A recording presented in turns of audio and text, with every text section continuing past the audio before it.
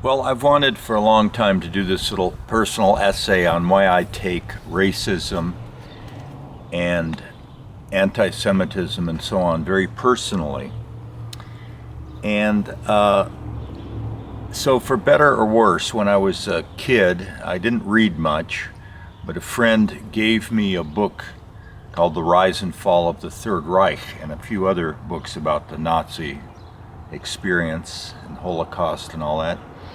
And I read them and they made a big impression on me. I've always been kind of on the lookout for that kind of demagoguery that gets people going like that. And I was always curious, well, about a lot of things. I've interviewed New Mexico veterans of World War II about their experience, people that whose experience I would like to get and don't know. I've interviewed them. So I did a documentary of interviews with survivors of the Holocaust and saw a lot of materials, gruesome materials that a lot of people haven't heard, even beyond the concentration camps and so on. And among the things I saw or have read, and maybe you've read, were stories of people in the not just in Germany, but like in Poland, of Jews being rounded up, Jews that were always resented, rounded up and herded into barns and set on fire. And that's your mother. You got to understand, it's you and your family. It's not somebody else. And babies, being taken and like this, just whacked against a tree like that.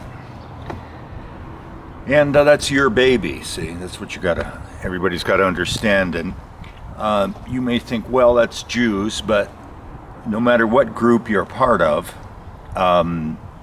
Mexican, Japanese, blacks, of course, Native Americans, of course, Irish, Jewish, your group has been persecuted and massacred for what they are. So most people understand that. So for me, I live in a very ethnically mixed town, almost completely mixed. And those are the people I know and the people I love. And my particular family, our kids, are all kind of mixed breed, half breed, whatever you'd call it.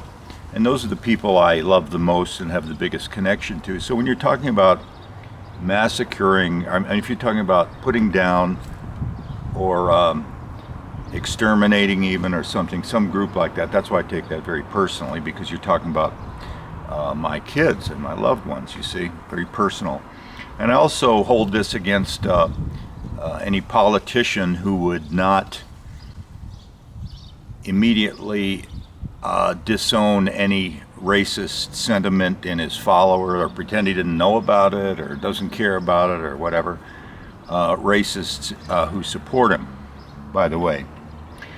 So that's why I think it's not funny, because as I say, to make the point again, this is your baby. That's your baby, my baby. And that happens, and I've seen films of it too.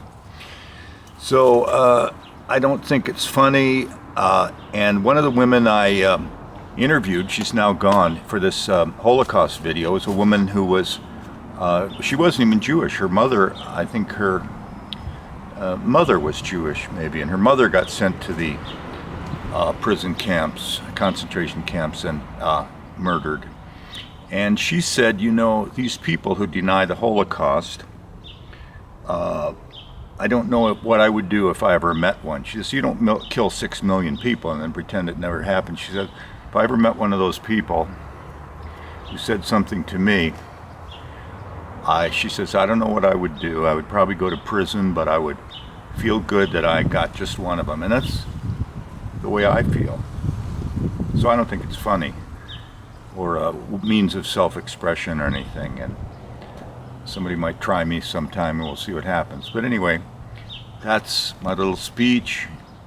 That's the way I feel about that subject. That's why I don't think racism is funny or just a means of self-expression. Thank you very much. And look at this beautiful, cute little puppy that just adopted me about 10 minutes ago. Come here, sweetie. Isn't that coincidental? Hey, come here. Come here, sweetie. Yeah.